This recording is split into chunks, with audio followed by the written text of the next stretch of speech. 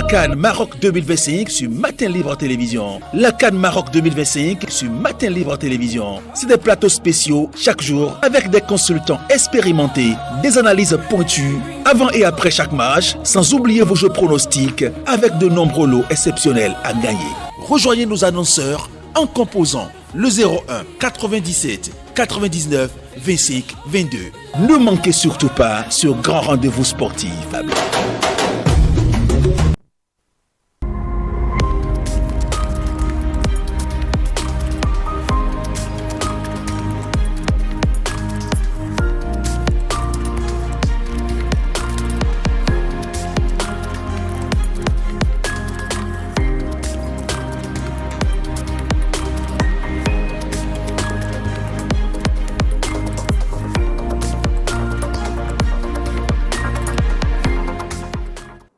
Jour de fête suite Noël et nous sommes bel et bien au rendez-vous pour parler sport, actualité oblige. Nous vivons donc la CAN Maroc 2025 sur Matin Libre Télévision. C'est la pause du côté du Maroc, mais ici nous allons continuer par décrypter donc ce qui a été donc la première journée de ces phases de groupe là. Nous allons revenir sur les 12 matchs, bon, pas tous sur les 12 matchs joués, mais on va revenir sur l'essentiel et parlant des buts marqués, des actions, des gardiens, des joueurs qui sont déjà à la une, mesdames et messieurs. Nous allons faire le tour avec vous maintenant et aussi avec mes journalistes consultants qui étaient déjà en plateau.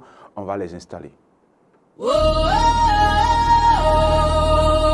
Vivez la CAN Maroc 2025 sur Matin Libre Télévision. La CAN Maroc 2025 sur Matin Libre Télévision. C'est des plateaux spéciaux chaque jour avec des consultants expérimentés, des analyses pointues avant et après chaque match, sans oublier vos jeux pronostics avec de nombreux lots exceptionnels à gagner. Rejoignez nos annonceurs en composant le 01 97 99 25 22.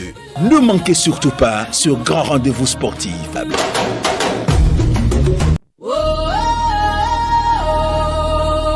Vivez la CAN Maroc 2025 sur Matin Libre Télévision. La CAN Maroc 2025 sur Matin Libre Télévision. C'est des plateaux spéciaux chaque jour avec des consultants expérimentés, des analyses pointues avant et après chaque match, sans oublier vos jeux pronostics avec de nombreux lots exceptionnels à gagner.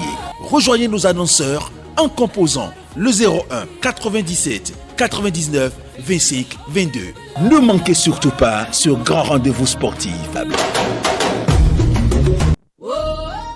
Vraiment, grand rendez-vous sportif sur Matin Libre Télévision. Déjà, il est avec nous, déjà une habitude de ce plateau pour faire le décryptage, analyser donc les matchs joués pour le compte de ces premières journées de la CAN Maroc 2025. Winner, bienvenue. Oui, merci beaucoup. Bonjour, bonjour chez vous. Et c'est un réel plaisir. Et je profite pour souhaiter une très bonne fête de Noël à toutes les téléspectatrices et téléspectateurs. Voilà, ce soir, il fait son baptême de feu. Il sera désormais avec nous. Didier Quenon, bonne arrivée. Bienvenue ici. Je salue tous les auditrices de la radio où j'ai quitté, okay, bien sûr. Avant même de venir saluer, bien évidemment, les téléspectateurs donc, de Matin Libre TV. Ça fait plaisir d'être aux côtés d'Hospice. Je salue aussi le réalisateur de cette émission, Jean-Marie Kedolou, exactement. Et plaisir partagé. Et j'espère qu'on fera une très belle émission. Je rappelle que vous êtes journaliste sur Océan FM. Exactement. Voilà. Nous allons donc aller donc directement dans le vif du sujet. Vous avez suivi Winner, 12 matchs joués. Et vous avez pris du plaisir. Ah oui, il faut dire que la CAN Maroc 2025 a été quand même une particularité.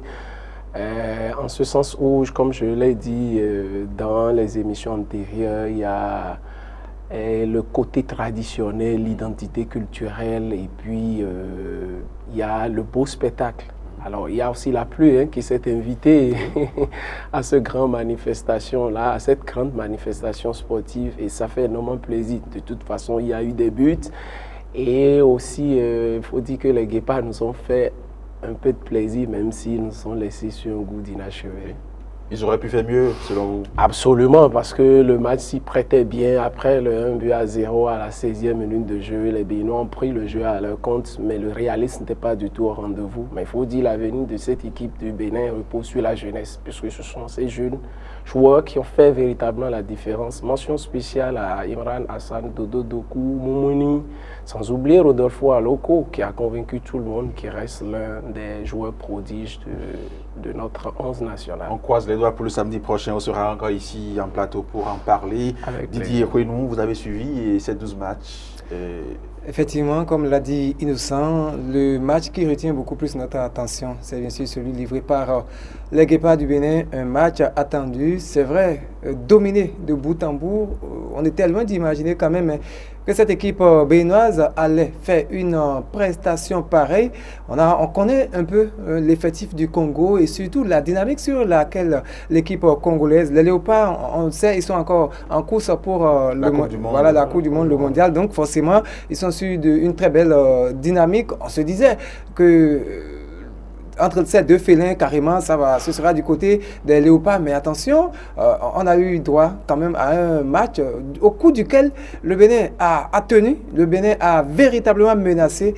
Mais au finish, ce sont les Léopards qui sont partis avec le gain de la partie, même si pas moment, enfin, au cours de ce match, il y a eu cet incident qui, semble-t-il, la VAR qui fait parler. Voilà, la VAR qui n'a pas marché sur le coup là, donc il faut également l'aborder. Et l'autre match, c'est bientôt l'ouverture, le match d'ouverture entre le Maroc et les Comores. On était loin quand même de voir cette équipe de Comores tenue devant les Lions de l'Atlas. S'il vous plaît, durant 45 bonnes minutes, le stade est rempli.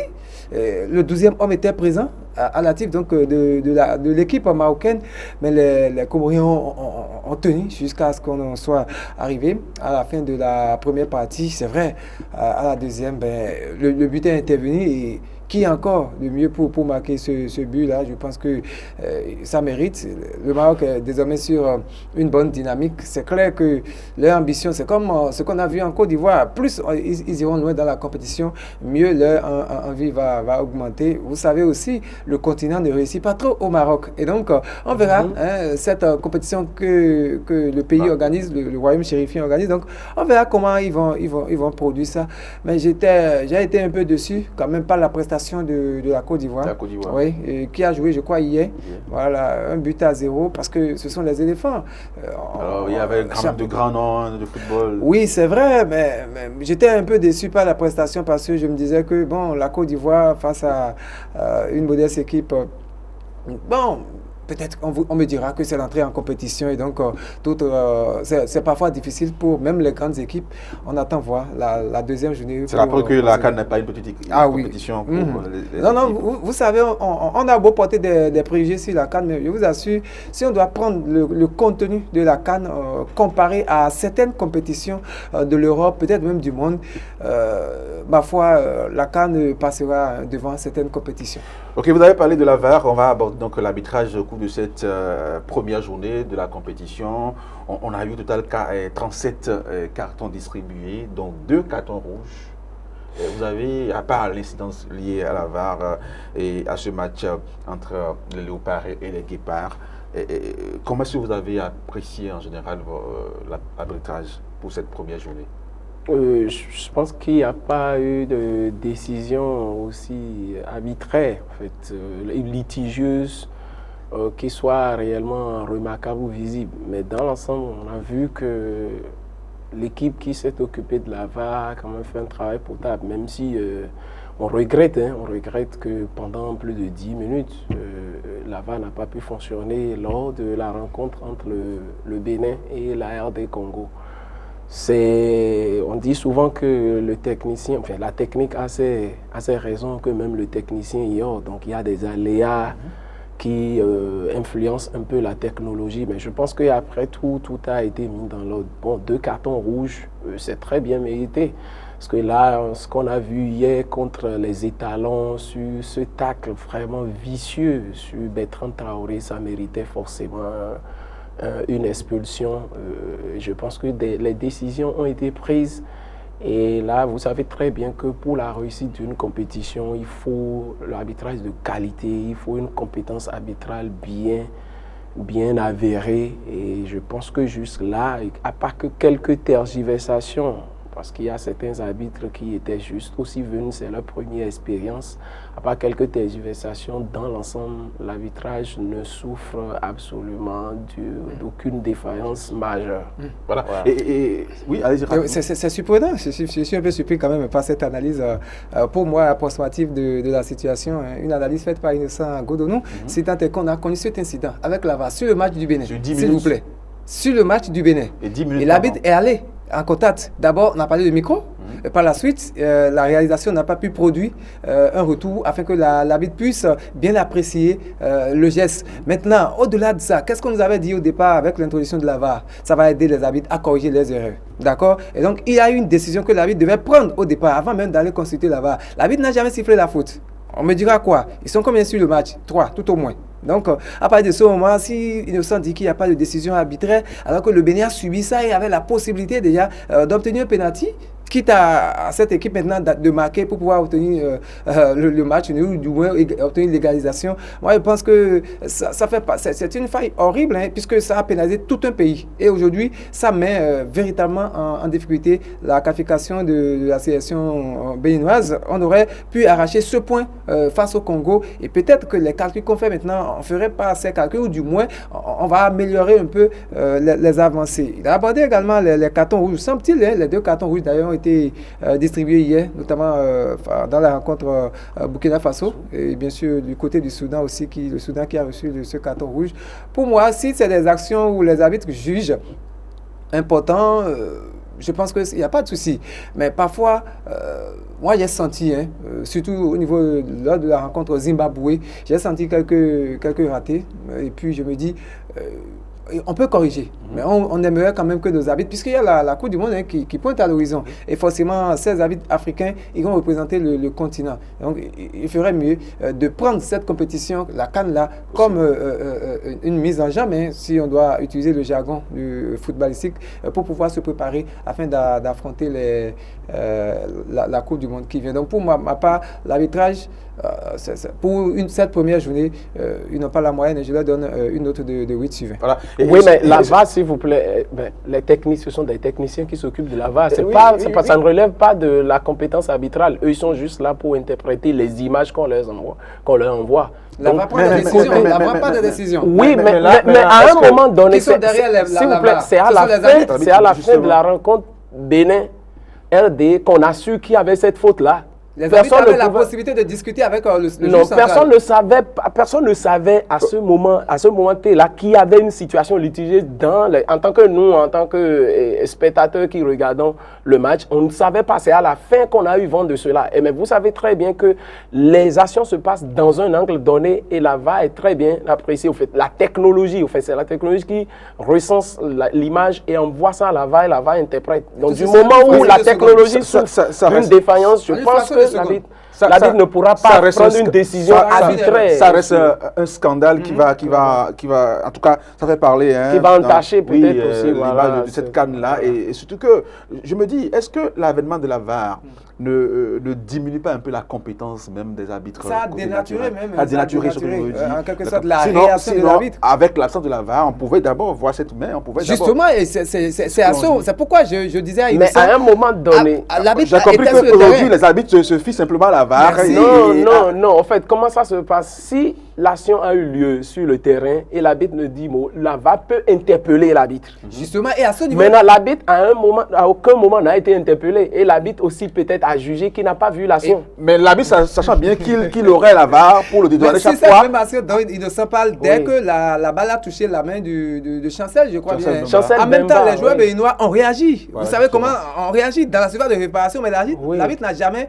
Mais l'arbitre a besoin des images pour bien apprécier. Bon, on fera juste le débat ici parce que le mal est fait. Le Bénin a perdu. Et la petite précision, c'est qu'après décision arbitrale, l'arbitre vient expliquer ailleurs. Et ça, progressivement, ça va venir aussi en Afrique. OK. Voilà. Mais ce match entre le Bénin aussi et la RDC a gagné le palme d'or du nombre de cartons jaunes distribués. 6 cartons jaunes distribués. C'est le plus grand nombre pendant cette première journée.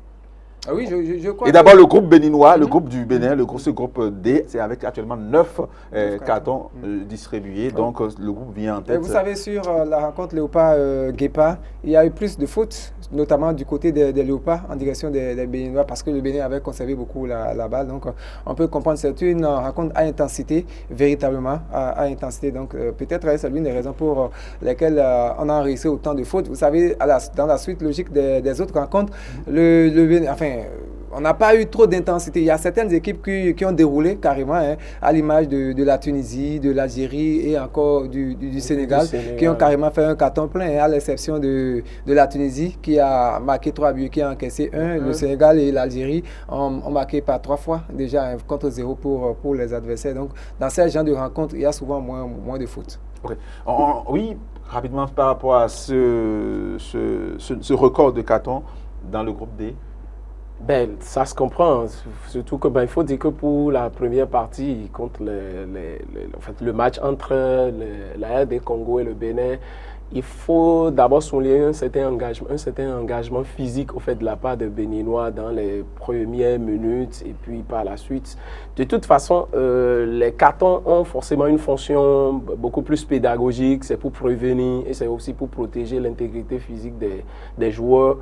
Je pense que là, et surtout quand ils jouent au Maroc, parfois, il y a je ne suis pas en train d'incriminer au fait l'état de pelouse, mais parce qu'il y a le mondial qui arrive, il y a des experts venus d'ailleurs qui suivent très bien ce qui se passe. Donc là, les cartons, forcément, ces fonctions. Pour moi, ça ne m'étonne pas parce que vu la qualité du match, il y avait de l'intensité physique toujours pendant la première partie.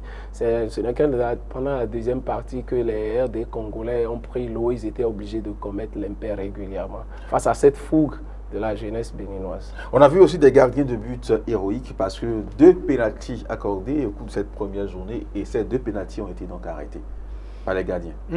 Vous savez, c'est le football. Et le dernier rempart, lorsqu'il est bon, je pense que parfois on se remet. Parce que lorsque la défense est en difficulté, on compte souvent sur le gardien de but. Le gardien de but aussi compte sur la défense. Mais à un moment donné, dès que la défense faillit, c'est le gardien, tout le monde voit. Vous savez, on a vu des erreurs par ici. Ce sont des gardiens de but qui, au dernier moment, peut-être même tout le monde voyait la balle au fond des filets. Et là, il se détend, il arrête le danger et puis tout le monde l'applaudit. C'est là, on les connaît. Vous avez parlé même des pénaltys arrêtés. Vous savez, les gardiens de but aujourd'hui étudient les joueurs et également les actions. Pas forcément de leur adversaire. C'est vrai qu'à la veille des matchs, avec les vidéos qu'on sort, ils font tout ça là.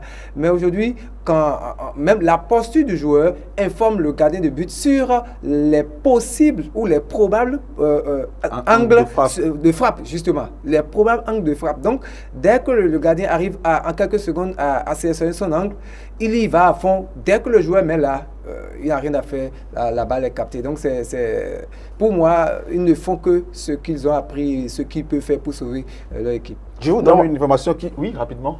Non, mais il faut dire, il faut insister sur la forme, au fait, des gardiens de but, et plutôt sur la méforme, au fait, des attaquants dans cette épreuve-là. Il faut dire, contre le Maroc, là, il faut dire que le gardien avait déjà anticipé au fait l'angle, la trajectoire du ballon et l'a rejeté et là, en fait, l'a repoussé. Mais contre le Mali, par contre, c'est le tireur qui avait déjà donné toutes les indications. Il n'avait pas pris l'élan, il n'avait pas pris au fait l'amplitude nécessaire. Et là, il a... Mais on vous dira qu'il est confiant. Oui, il est confiant, mais c'est Bilal Touré. Et attention, Bilal Touré aussi en club, c'était un peu de doute.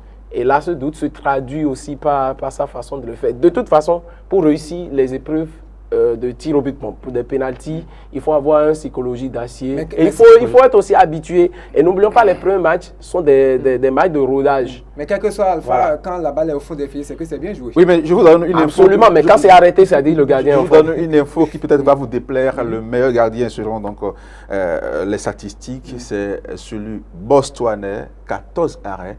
Et le Bénin va rencontrer le Botswana samedi. Justement, ça fait plaisir d'avoir cette information, puisque au cours, j'ai fait la traversée avec Innocent Godonou, on discutait en coulisses tout à l'heure, et puis je lui disais, on risque d'avoir des difficultés par rapport à cette équipe de Botswana, parce que le Bénin a déjà joué face au Congo et est contraint.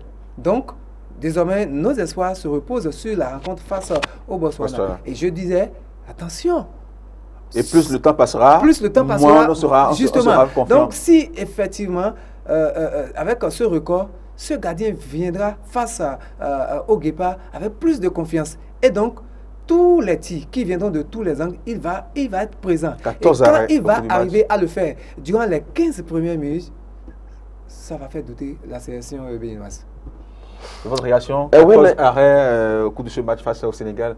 Bon, mais ça n'a pas empêché d'avoir les 3 buts. Oui, parce qu'il y avait parce qu'en face, il y avait une amada offensive. Voilà, c'est ce que je veux dire. Il y a Sadio Mané, il y avait vraiment de la valeur en attaque. Jackson, mais au Bénin, on a du mal à marquer. C'est ça le problème. Bien sûr que oui. Et vous savez, quand les matchs sont très intéressants, il y a aussi le dernier rempart qui compte énormément. Lui, il a fait quand même un exploit, même s'il a encaissé 3 buts.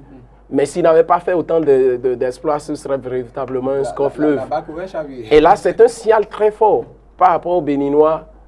Et surtout, bon, il y aura le retour des cadeaux.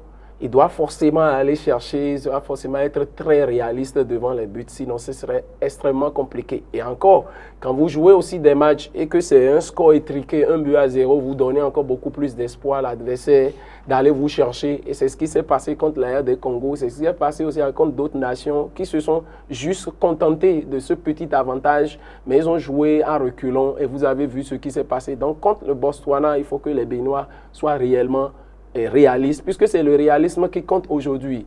Au finish, on dira que le Bénin a gagné, a empoché les 3 points et ça nous permettra d'évoluer. On ne dira pas que le Bénin a joué, le Bénin a bien joué, mais ce qui compte aussi, c'est les résultats. Et là, ce gardien de but-là constitue déjà une source de motivation pour nos attaquants qui doivent beaucoup travailler à finir, à conclure aussi les occasions de but qui s'offrent. Et quand on est Garnet Rock, comment préparer un tel match face à un tel gardien? Bon, pour ma part, je pense que Innocent, c'est la chute que Innocent vient de faire déjà en dit long, parce que face à un pareil gardien, vous savez déjà qu'il a la possibilité, quel que soit où vous mettez le ballon, qu'il a la possibilité d'abord d'aller sur l'action. Et donc, à partir de ce moment-là, ça peut faire douter également les attaquants béninois. Et dès que le doute s'installe, ce n'est plus bon pour la finition de l'action. Gernot Rohr a certainement la solution, peut nous faire sortir une carte, la meilleure d'ailleurs. Avec le retour de Steve Mounier, consort. Mais toujours est-il que la dernière décision revient au porteur de balle, qui a la possibilité peut-être de faire la frappe, de faire la passe. Et s'il fait le mauvais choix en ce moment précis, ça a une conséquence directe sur la suite de la rencontre. Et donc, on attend voir réellement les discours, les consignes de Gernot Rohr à l'égard des attaquants. C'est clair que ce nombre d'arrêts est important, s'il vous plaît, au cours d'un match. Malgré, Innocent le disait, malgré les 3 buts encaissés, il est parvenu à faire 14 arrêts quand même. C'est impressionnant. Ça veut dire qu'il est souvent présent sur sa ligne de but et il n'est pas souvent influencé par la présence des attaquants. Et ça, déjà, je pense que c'est à l'actif de ce gardien de but. Il faut qu'on sollicite maintenant l'adresse et surtout la confiance de nos attaquants pour pouvoir violer les filets du gardien botswanais. Non, le schéma est très clair. C'est que il faut tirer les enseignements du match contre la RD Congo. Combien de fois les Béninois ont été capables véritablement de surprendre le gardien passé? C'est ça le problème, c'est qu'il faut tenter beaucoup plus de frappes. Soit vous tentez des frappes à 20 ou à 25 mètres, et parce nous en avons, il y a le latéral droit, Woru Tamimou, qui a beaucoup essayé dans cet et qui ne exercice-là. sera pas probablement aligné parce que le retour de Tidjani va replacer donc et Johan Roche qui ira donc sur le côté gauche et Mounir va garder maintenir sa place. Mais pour moi, lui, il avait tellement convaincu. C'est peut-être que Roche qui était en difficulté puisque c'est parce que là, Roche est en train de dépanner sur le côté. Oui, je comprends, mais il peut venir à tout moment. En tout cas, on peut le faire on venir verra bien sur quel pion mais il faut tenter les frappes. Surtout que, bon, le problème du Bénin, c'est qu'on a un bon attaquant de tête, mais qui n'est pas servi idéalement. Voilà. Donc là, il faut forcément le mettre en évidence. Le football, ce n'est pas que la tête. Voilà. C'est pas tout. Oui, mais il faut exploiter les qualités. Ce temps est révolu d'un joueur. Voilà. Ce temps, certes, est révolu, mais là, ça peut aussi faire la différence si vous tentez les centres à mi-hauteur. Ok, et puis en attaque, c'est l'Algérie, la Tunisie et le Sénégal qui se démarquent avec 3 buts marqués au cours de cette première phase. Je pense qu'ils sont en train de soigner visiblement. Le goal c'est clair que la première place va se décider à ce niveau-là pour ces différentes équipes qui déjà ont affiché leurs intentions, celui de sortir premier des groupes pour pouvoir éviter les autres, les plus grands des autres poules. Moi, je pense qu'on ne devait pas être surpris du côté de l'Algérie. On connaît déjà Riyad Mahrez et Abal, je ne sais plus, celui-là qui l'a, puisque lui, il a signé déjà un doublé du côté de l'Algérie. Oui. Voilà. Du côté du Sénégal, c'est comme vous le disiez tout à l'heure, nous avons un armada d'attaquants de ce côté-là. Et peut-être même qu'on risque d'enregistrer des scores encore lourds pour ce premier tour, en attendant qu'on se retrouve lors des matchs à élimination directe. Lorsqu'on met tout ceci ensemble, je pense que ce sont des attaquants qui ont fait véritablement le job, et le job pour lequel on les a recrutés. On attend également voir si ils vont continuer sur la même dynamique lors de la deuxième partie de compétition. 29 buts marqués en 12 matchs. Pour moi, c'est un bon ratio. Oui. Voilà, un ratio de 2,40. Voilà, c'est très bon. Ça veut dire que les attaques des équipes africaines sont très prolifiques. Et là, même quand on a cité les trois pays... des défenses qui ne sont pas à la hauteur de la tâche, peut-être. Bon, certes, on pourra le dire, mais vous savez, on a assisté à des éditions de Cannes où le ratio de but était très faible. Aujourd'hui, je pense qu'on est en train de travailler, les entraîneurs, les sélectionneurs nationaux, travailler à avoir véritablement une attaque vraiment réaliste et chirurgicale.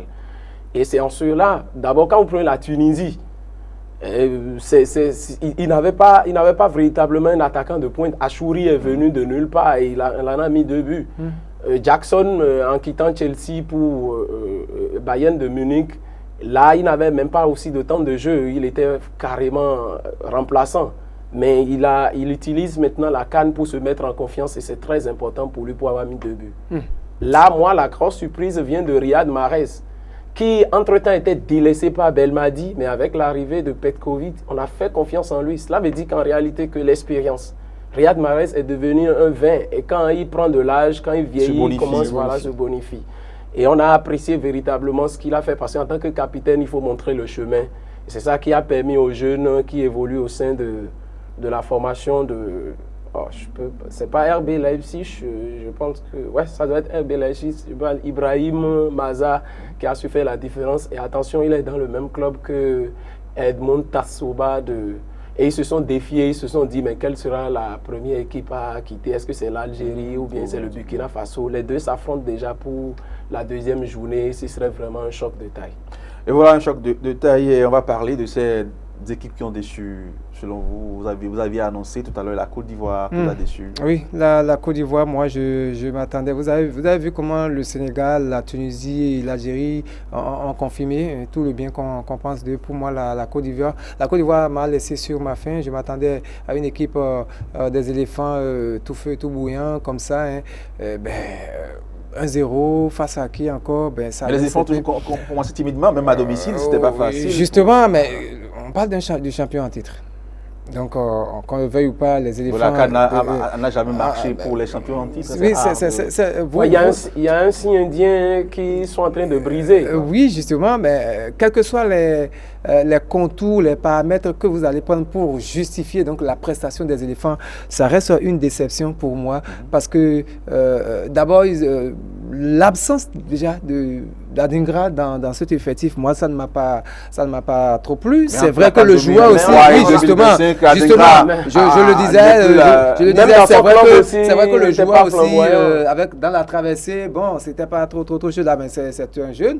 Je me disais qu'on pourra au moins lui donner la possibilité de faire cette expérience aux côtés au Bénin, cela serait possible, mais à Côte d'Ivoire, où il y a beaucoup de valeur, toute une panoplie de joueurs. Au Bénin, on peut se permettre encore d'appeler joueur dessous pendant 10 ans encore. Voilà encore l'autre problème qui menace le football. Si vous en avez suffisamment, vous pouvez passer de certains talents. Donc au Bénin, on n'en a pas suffisamment. Voilà. Par contre, la Côte d'Ivoire en a. Ça reste, la Côte d'Ivoire reste. Le jeune Doué est venu. Le frère de Désiré actuellement a été. Mais on ne l'a pas vu en évidence contre les Mamba Noirs de Mozambique. Mais il est bien la CAN. Mais pour moi, au fait, ce sont les Mozambicains qui ont déjoué les pronostics. C'est 1-0. Mais on a vu un certain génie Katamo qui leur a créé trop de problèmes. Et derrière, on a aussi Reynaldo Mandava. En fait, quand vous jouez contre les équipes, pas au bas de tableau, mais dans la moitié, vous ne savez pas réellement sur quel repère il faut partir. Et là, le but qui est arrivé encore, c'est qui l'a marqué? C'est Diallo Ahmad, le Mancunien. Un joueur sorti de nulle part. Cela veut dire qu'en fait, les Mozambicains ont étudié les jeux, ont étudié le jeu des éléphants.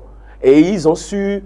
Et cerner, ils ont pu marquer, contenir véritablement les grands attaquants qui pouvaient faire la différence. Et puis Diallo est venu de nulle part, qui est un transfuge, qui est un nouveau venu et qui a su faire la différence. Pour moi, la Côte d'Ivoire, ne m'a pas réellement déçu. Puisque en tant que champion en titre, ils ont conforté leur position pour aller chercher difficilement les 3 points. Et ça pourra forcément les mettre en confiance. Et attention, ils devraient gagner ce match-là parce que le second match, c'est contre le Cameroun. Et c'est un derby de grande qualité.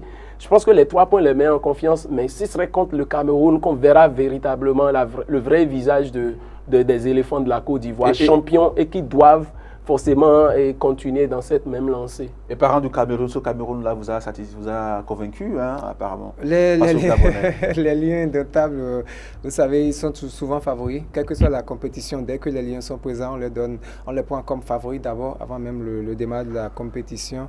Je ne dirais pas que je suis déçu, mais pour moi, pour cette CAN, je n'ai pas mis le Cameroun parmi les équipes qui sont capables d'aller chercher le titre. Donc, pour moi, quelle que soit la prestation, peut-être plus on va évoluer dans la compétition. Je vais apprécier à sa juste valeur la prestation, la performance donc, de cette équipe camerounaise. Vous savez, pour moi, aujourd'hui, le Cameroun, petitement, devient un nom parce que on a connu cette épopée Eto'o et tous ceux-là qui ont suivi, mais la crise aussi n'a pas permis. Avec Matt Griezmann aujourd'hui, heureusement. La crise n'a pas permis. Cette crise semble être désormais derrière. Vous avez dit, hein? Bon, oui, bon. On verra bien. Oui, parce qu'il y a un nouvel entraîneur maintenant, il y a un nouveau sélectionneur. Et on a senti hier dans le jeu, bien sûr, c'était pas si mal. Non, mais il faut aussi dire qu'il y avait une préparation chaotique. Parce que là, la transition entre Matt Brice et Pagou. Et la crise n'a pas permis aux joueurs de. Voilà. Vraiment... Et maintenant, qu'est-ce qui a été le déclic réellement? Parce que la fédération béninoise a très tôt payé les primes. Parce que n'oublions pas que. Camerounaise. Pardon, la fédération camerounaise, pardon. La fédération camerounaise. Pour le Bénin, on n'en sait rien plus. La fédération camerounaise a très tôt payé les primes. Et ça a donné beaucoup plus encore d'un bon point de motivation aux joueurs. Pour moi, le Cameroun a déçu au niveau de l'animation du milieu de terrain. Mais au niveau de l'attaque, on a vu un Mbemo, ouais. Qui a fait un super bon match. On a vu aussi Franck Magri, aussi, le jeune Toulousain, qui a aussi fait quand même un bon match. Mais au niveau de milieu cette équipe camerounaise repose carrément sur au niveau de la défense, il y a une solidité défensive. Vous avez vu une solidité, qui est le capitaine. Solidité défensive juste après un match. Vous avez vu, même avec l'entrée de Mario Levina et puis de Pierre-Emerick Aubameyang, ils n'ont pas su réellement faire trembler cette défense-là. Cette défense est restée très solide. Cela dit que le nouvel sélectionneur du Cameroun doit travailler à construire une ceinture au niveau du milieu des terrains s'il veut réellement évoluer et aller en finale, il faut réellement travailler sur ce milieu de terrain-là. Au niveau de l'attaque, pour moi, c'est sans commentaire. Au niveau de la défense, c'est bon. Mais il faut travailler sur le milieu de terrain pour que les dégagements qui quittent la défense ne puissent pas traverser en même temps le milieu de terrain et aller créer des problèmes à la défense camerounaise, quoi. Ok, on va parler de quelques matchs de la deuxième journée. On va sur ce match-là entre le Maroc et le Mali. Bon, Maroc-Mali, le Mali est souvent producteur de jeux, mais à l'arrivée, perd souvent les matchs. On a vu ce qui s'est passé pour la première journée. Surtout les grands matchs. Et donc, face à une équipe marocaine qui a bien envie de conforter sa place en même temps à partir de la deuxième journée, conforter sa place en matière de qualification. Et donc, je crois que ce sera extrêmement difficile pour le Mali. Et le Maroc va l'emporter. Le Maroc va l'emporter face au Mali jusqu'à preuve de contraire. Difficile pour le Mali. Moi, je pense peut-être qu'il peut y avoir une surprise. Parce que là, le Mali a déjà fait un faux pas contre les Chipolo de la Zambie en concédant un match nul. À la dernière minute où il pensait déjà avoir arraché les 3 points, le penalty qui a été raté par Bilal Touré a eu forcément une répercussion sur la psychologie des joueurs. Mais quand ils abordent le match contre les Lions de l'Atlas, avec cette vivacité, avec cette combinaison, avec circulation de balles, un football chatoyant dans la production de jeu, ils peuvent embêter forcément ces Marocains-là, qui ont été embêtés aussi par les Comoriens pendant la première partie.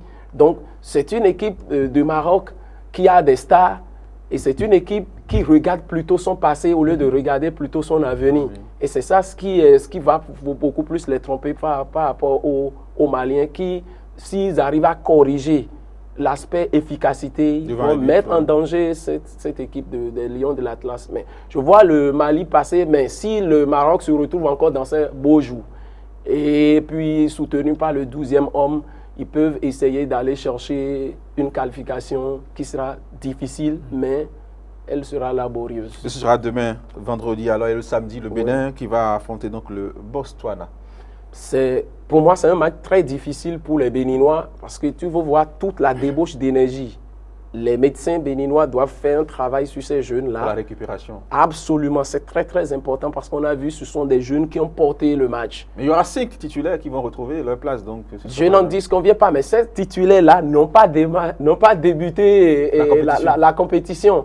Et pour eux, ce serait peut-être aussi une expérience, une découverte. Une entrée en matière. Est-ce qu'ils vont pouvoir rentrer déjà très tôt dans ce match-là, parce que c'est un match de phase finale de CAN est toujours différent d'un match d'éliminatoire. Et là, je pense que le Bénin pourra vraiment l'emporter si on pense au scénario Bénin-Lesotho, avec tout ce qu'on a réalisé. Mais si on ne sait pas aborder cette rencontre-là, on peut assister au scénario Bénin-Zimbabwe où on menait sur le score de 2-0 et les Warriors de Zimbabwe sont revenus. Et Zimbabwe et puis Botswana, ils se trouvent sur la même aire géographique. Donc ils peuvent bousculer un peu le dispositif de Gernot Rohr avec le fighting spirit, puisque c'est une équipe qui a de conditions physiques et qui peut l'imposer. Ils n'ont pas de star, ils n'ont pas un niveau technique excellent. Ils ont un bon gardien de but, mais avec leur volonté, ils peuvent créer des problèmes aux Béninois. Quand on prend le Bénin, on prend le Botswana, le Bénin est au-dessus de Botswana. Sur papier. Sur papier.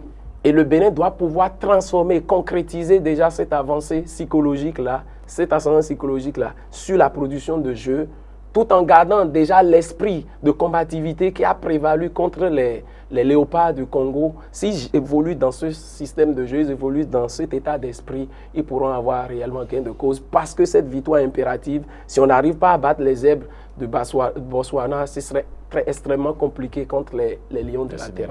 Le Bénin sera à la quête d'une première victoire à la CAN face au Botswana. Le Botswana ne viendra pas en victime expiatoire, rassurez-vous, parce que tout le monde a envie d'évoluer, tout le monde a envie d'écrire son histoire.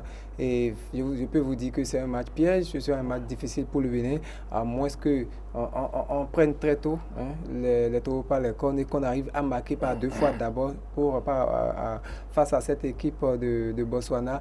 Ainsi, on pourra les démoraliser. Parce que si on n'arrive pas à le faire et qu'on marque un but, et puis déjà on se repose sur nos lauriers, et puis on se lance dans la gestion du match avec les actions, essayer de gérer jusqu'à la fin sur un score d'un but à 0. On a vu hier, l'égalisation qui intervient à la 95e minute de jeu, s'il vous plaît, avec ce but victorieux du Burkina. Voilà, intervient à la 98e minute. Ça veut dire qu'en 8 minutes, on a pu marquer 2 buts. Voilà. Vous avez vu, donc le match a tourné à partir de la 85e minute de jeu.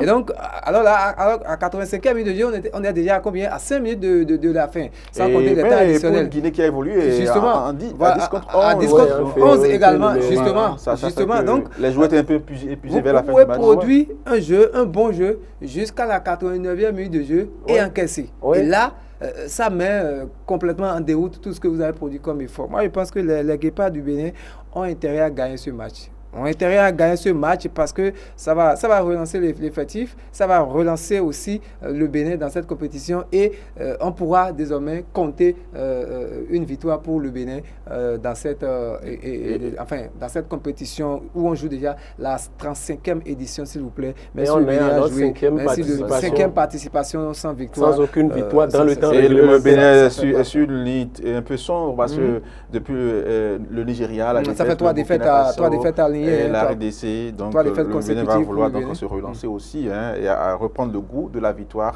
Et pour ce match face donc au Botswana, Matin Libre vous offre 25 000 francs CFA pour le bon pronostic. Le meilleur pronostic partira donc avec... On peut commencer là déjà? Oui, non, allez juste sur notre page Facebook. Allez juste sur la page Facebook de Matin Libre Télévision. Vous allez vous abonner à la page, donc aimer la page. Vous allez donc liker la publication et partager la publication. Et puis après, laissez en commentaire votre score, votre pronostic bien sûr. Et le meilleur partira avec une enveloppe de 25 000 francs CFA. Donc à vous de jouer. 25 000 francs en jeu pour le match. Et pour bien fêter aussi. Nous serions à 3 jours de la fête, le 27. Donc pour ce match Bénin-Botswana, 25 000 francs CFA en jeu pour le meilleur pronostic, mesdames, messieurs. À vous de jouer sur la page Facebook de Matin Libre Télévision. C'est tout pour cette émission, Winner. Mais c'est tout un plaisir de décortiquer l'actualité sportive liée à la CAN. On ne peut que souhaiter vraiment bonne chance et que toute la population béninoise, tous les supporters, les fans accompagnent les Guépards pour qu'ils puissent réaliser le premier exploit historique qui sera une victoire qui va marquer. En tout cas, samedi prochain sera ici pour faire l'avant et après match. Didier. Ça fait plaisir de partager ce plateau avec vous, avec Innocent, et je salue également Kedoulou, Jean-Marie Kedoulou qui assure la réalisation de cette émission. Ça fait plaisir d'être en plateau et de discuter football, sport surtout. Je pense que revenir ici ne sera juste... Même un jour de fête, ça ne gêne pas. Ça ne gêne pas. Bonne fête à vous. Merci à tous les téléspectateurs. Voilà, et je respecte de nouveau également à Jean-Marie Kedoulou qui a assuré donc la réalisation de cette émission, mesdames et messieurs. Portez-vous bien. N'oubliez pas d'aller sur la page Facebook de Matin Libre Télévision, pronostiquer pour le match Bénin-Botswana et partez avec 25 000 francs CFA. 25 000 francs. Portez-vous bien.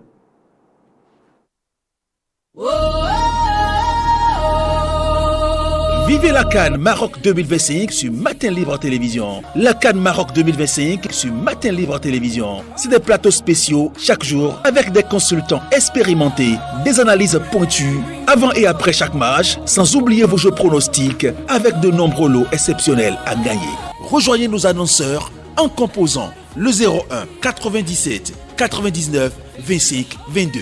Ne manquez surtout pas ce grand rendez-vous sportif.